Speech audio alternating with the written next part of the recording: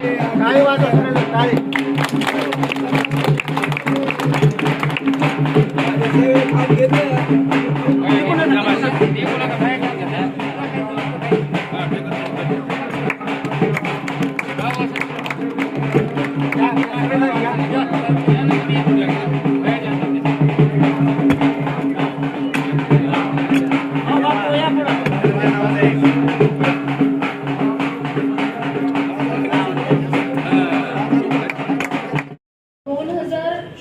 मी संभाजीनगर येथे सहाय्यक संचालक म्हणून नागपूर येथून ट्रान्सफर होऊन आले आणि पहिलीच वेळ माझी दादांबरोबर झाली. दादा ऑफिसला आले आणि मला आजही दादांचं ते वाक्य चांगलंच लक्षात आहे. तुम्ही आमदारांना एवढा त्रास देता तर तुम्ही सामान्य नागरिकांच्या समस्या काय सोडवत असाल. हा सरांनी मला आल्या तिथे मला बोलले आणि मी नवीनच आले होते. मला माजलगाव तालुक्यामध्ये दादांनी 11 गावांची यादी दिली होती जी स्मारक राज्य संरक्षित स्मारक म्हणून घोषित करायची होती. आणि मी आज आपल्याला इथे सगळ्यांच्या समोर सांगू इच्छिते की त्यातली भरपूर स्मारकं आपण त्यातली 2 स्मारकं तर ही राज्य संरक्षित स्मारकांची प्राथमिक अधिसूचना निघाली आहे आणि बाकी स्मारकांचा प्रस्तावही हा मंत्रालयात गेलेला आहे. तर दादांच्या म्हणजे मी पहिले असे आमदार बघितले खरं सांगते की जे इतका पाठपुरावा केला त्यांनी. म्हणजे सतत मला फोन की मॅडम प्रकरण कुठे आहे, काय चाललं आहे, कुठे अडलं आहे का मला सांगा, मी मदत करतो. आणि खरंच जिथे कुठे अडलं असेल तिथे दादांनी स्वतःहून आमच्या बैठका घेतल्या, त्यांना फोन केलेत आणि आज आपण इथे म्हणजे इथे काम सुरू होत आहे. आता ते त्यांचं त्याच्यात खरंच खूप मोठा वाटा आहे. या जोड मंदिराला शासनाचे 2023ला डीपीडीसी म्हणजे जिल्हा नियोजन अंतर्गत जे काही महाराष्ट्रात पुरातत्व विभागाचे राज्य संरक्षित असो असंरक्षित असो अशा स्मारकांना निधी 3% निधी हा राखीव ठेवला गेलेला आहे. तर त्यातच या मंदिराचं काम आपण जिल्हा नियोजनच्या अंतर्गत उपलब्ध झालेल्या निधीतून करणार आहोत. तर आता यात आपण काय काम करणार आहोत, तर जसं मला काही गावकऱ्यांनी इथे आल्यास सांगितलं की मॅडम मंदिर गळत होतं तर त्यांनी स्लॅब टाकलेला आहे, काही पडझड झाली तर आपण आत्ताच्या आधुनिक तंत्रज्ञानाचा वापर करून म्हणजे आता उपलब्ध साधनं तुमच्याकडे जी आहेत वीट आणि चुना याच्या माध्यमातून तुम्ही तिथे काही नवीन कामं केलेली आहेत. मंदिराचं शिखर पडलेलं आहे. तर या सगळ्या गोष्टी आता आपण जुन्या पद्धतीने म्हणजे पुरातत्वीय संकेताने या मंदिराचं जतन दुरुस्तीचं काम करणार आहोत. ऍक्च्युली प्लॅन मध्ये मला तुम्हाला ते दाखवता आलं असतं की मंदिर नंतर कसं दिसणार आहे, पण 2 वर्ष हे मंदिराचं काम चालणार आहे आणि चुन्यामध्ये आणि दगडामध्ये या मंदिराची जशी मूळ रचना होती त्या मूळ रचनेच्या स्थापत्यानुसारच आपण इथे काम करणार आहोत. मग तुम्हाला इथे काय बघायला मिळेल तर तुम्हाला इथे चुना भिजताना दिसेल. इथे तुम्हाला दगड कसा त्या काळी घडवत होतात, रॉ मटेरियल म्हणजे एक दगडाचा सांगळा आणून त्याला कसं घडवलं जातं हे तुम्हाला बघायला मिळेल.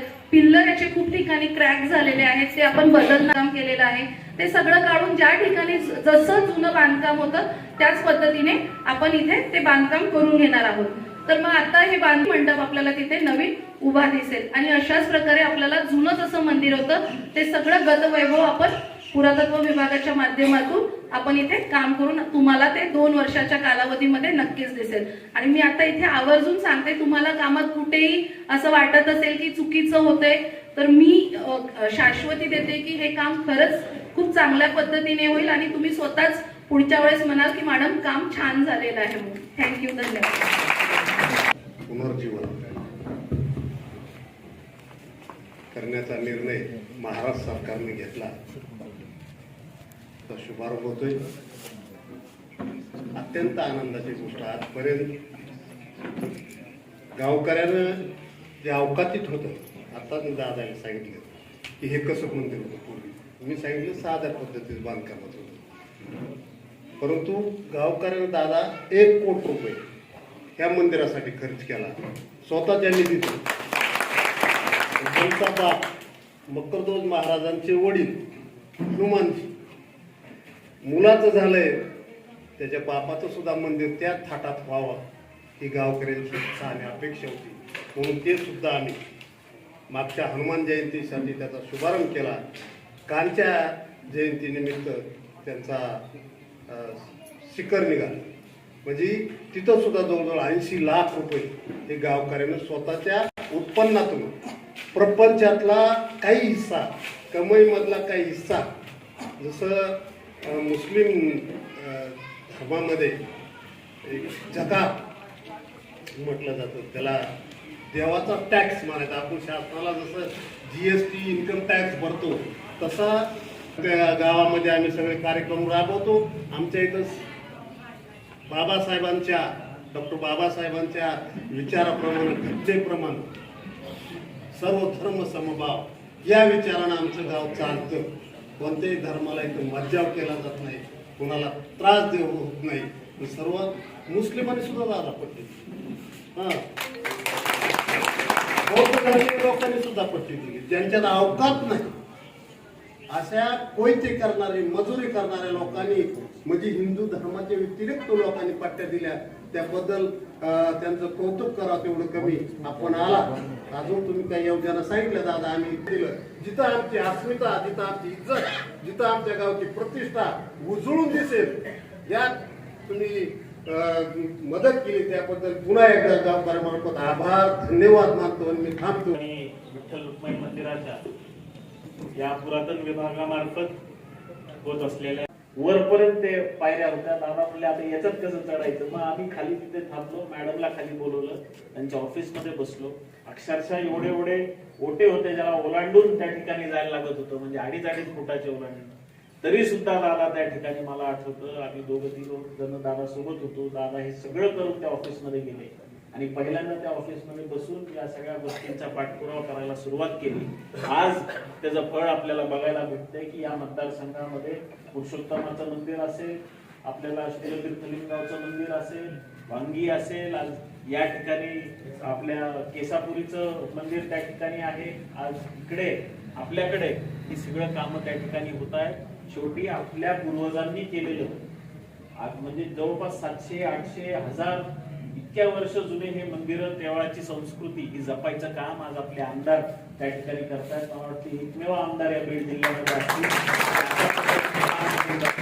ही खरी मेहनत आम्ही आमच्या डोळ्यांनी बघितलेली. आता कोणी म्हणेल कुठल्या एका पक्षातले हे काय तारीफ करणार असेल, पण ही मेहनत करणं सोपं नसतं. ज्यावेळेस तुम्हाला त्रास होत असेल ते ओलांडून सुद्धा तुम्ही देवा धर्माच्या पुरातन विभागाच्या आपल्या पूर्वजांच्या कामाला त्या ठिकाणी जातात, हे निश्चितपणाने आपलं एक त्या ठिकाणी केंद्रस्थान आपला मतदारसंघ आहे हे निश्चितपणाने त्यांचं दाखवतं.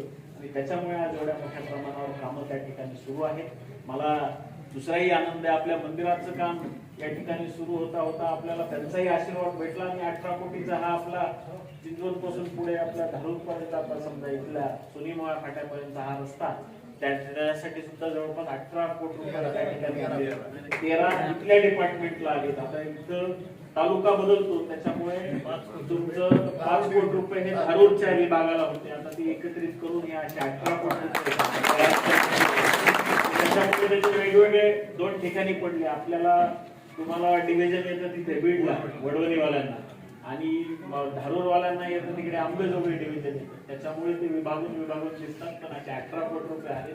परत गैरसमज व्हायला नको, कारण मी आत्ताच येत असताना चौकात लक्ष घालावं आणि चांगल्या क्वालिटीचं काम होतंय ते निश्चितपणाने बघायचं काम गावकऱ्यांचं सुद्धा आहे. त्याच पद्धतीचं काम या रस्त्याचं सुद्धा होईल याची सुद्धा सर्वांनी खात्री करावी. आणि इथून पुढच्या काळामध्ये अशाच पद्धतीचे आपल्याकडे विकास होईल याची निश्चितपणाने दक्षता घ्यावी आणि त्याच्यासाठी आदरणीय दादाच्या पाठीमागे आपले आशीर्वाद ठेवावेत एवढीच विनंती करतो. माझी जागा घेतो. धन्यवाद. याचं दुरुस्ती आणि जतन करण्याच्या कार्यक्रमाचे अध्यक्ष युवा नेते जयसिंग भैया सोळंके, आमचे युतीतील सहकारी सोमनाथ भोगडे, आमच्या पुरातत्व विभागाच्या डेप्युटी डायरेक्टर वाहने मॅडम, त्यांचे सर्व सहकारी, त्यांच्यासोबत आलेले अधिकारी आणि गुत्तेदार, व्यासपीठावरील सर्व सन्माननीय, प्रत्येकाचं नाव घेणं आता मला शक्य आहे पण वेळेअभावी काही घेत नाही. सगळेच वडवणी तालुक्यातील मान्यवर नेते, कार्यकर्ते, गावातील वडीलधारी, ज्येष्ठ मंडळी, माता भगिनी, तरुण मित्रांनो आणि पत्रकार बांधवांनो, आजच्या या कार्यक्रमाच्या निमित्ताने जोड मंदिर जोड महादेव आणि चळूमाई मंदिर या संवर्धनाचा शुभारंभ केला. सत्कार करायचा आहे.